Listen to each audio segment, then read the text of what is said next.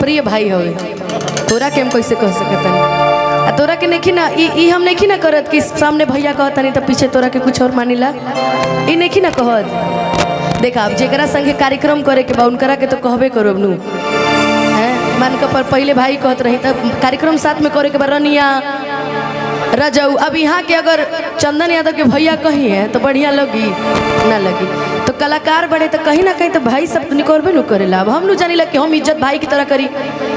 अब तू पता ना मुंह पे बहन का तो पीछे हम तो सुन ले बने अब पता नहीं भगवान जाने।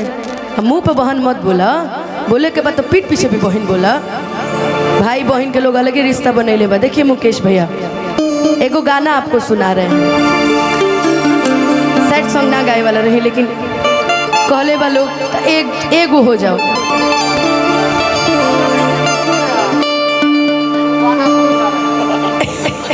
वही टिप्पणी पे बा कि हम के गाती होला परबा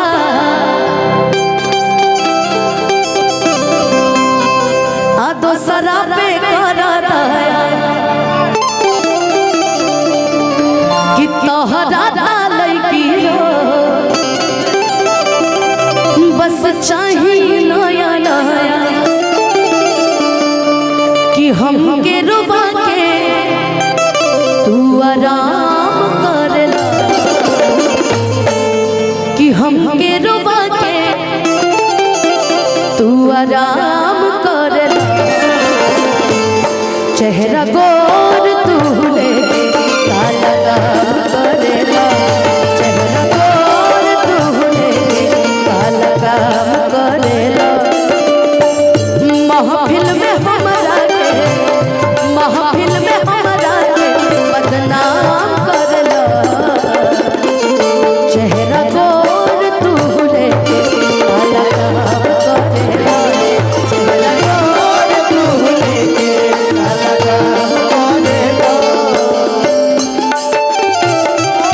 किसी और से आ रहे फिर भी हम उनका इंतजार कर रहे एक बेवफा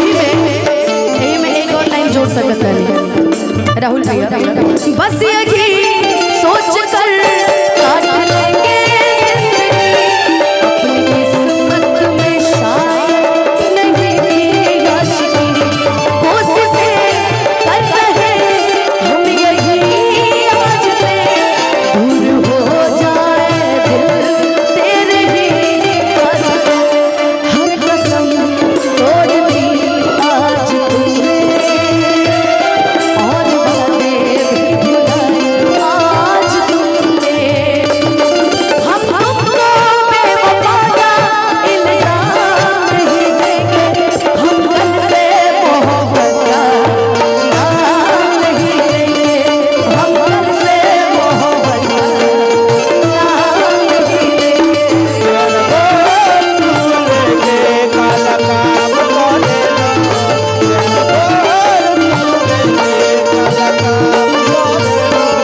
जबन करे के बकैला अब हमार का करबा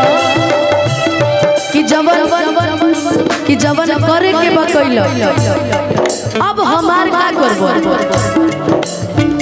एगो लड़की अगर अपना मित्र दोस्त से भी बतियाबो अगर एगो लड़की अपना मित्र दोस्त भाई पुरान दोस्त से बतियाबो तो ओकर लभर हो जाला।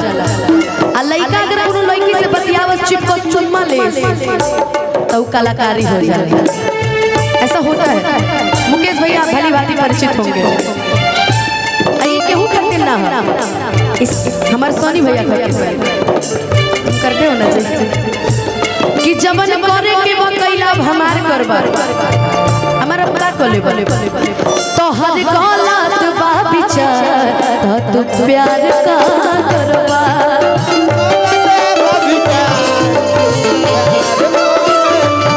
जबन करे के बकैला अब हमार का करबा तो हर गलत बा विचार तो प्यार का करबा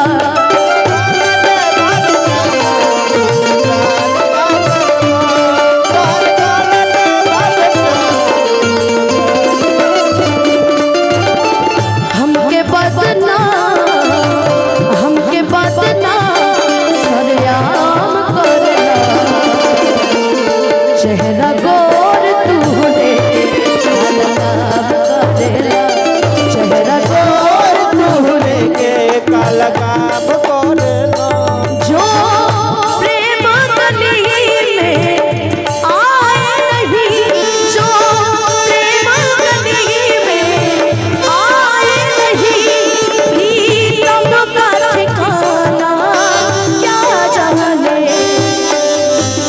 जिसने कभी प्रेम किया ही नहीं, वो प्रेम निभाना क्या जाने। जिसने कभी प्रेम किया ही नहीं, वो प्रेम निभाना क्या जाने।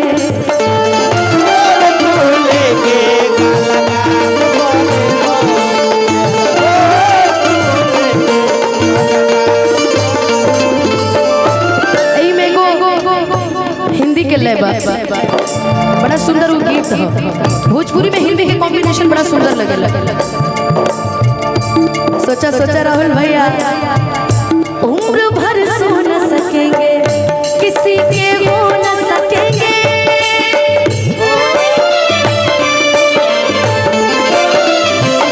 अजनबी तुम हो जाओ, गैर हम हो न सकेंगे। कि किसी बेगाने की खातिर तुमने अपनों को रुला दिया। कि किसी बेगाने की खातिर तुमने अपनों को रुला दिया। तुमने अपनों को रुला दिया। तेरे वादे वो इरादे, तेरे वादे वो इरादे। उम्मीद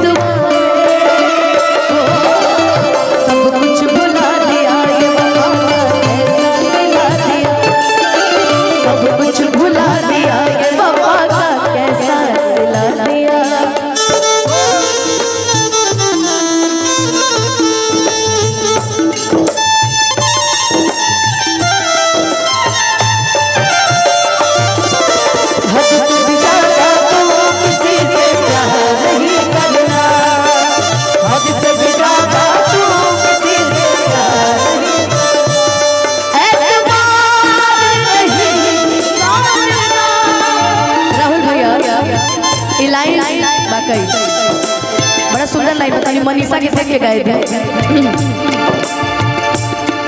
एतबार नहीं करना,